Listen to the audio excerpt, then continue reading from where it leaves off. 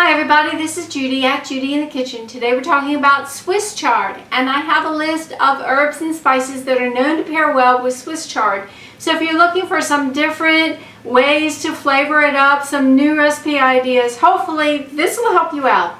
On this list we have basil, capers, chili pepper flakes, cilantro, cinnamon, coriander, cumin, garlic, ginger, lovage, mint, mustard seeds, nutmeg, paprika, and that would be smoked and sweet, parsley, pepper, saffron, salt, and thyme. I do hope this helps you out. Bye for now.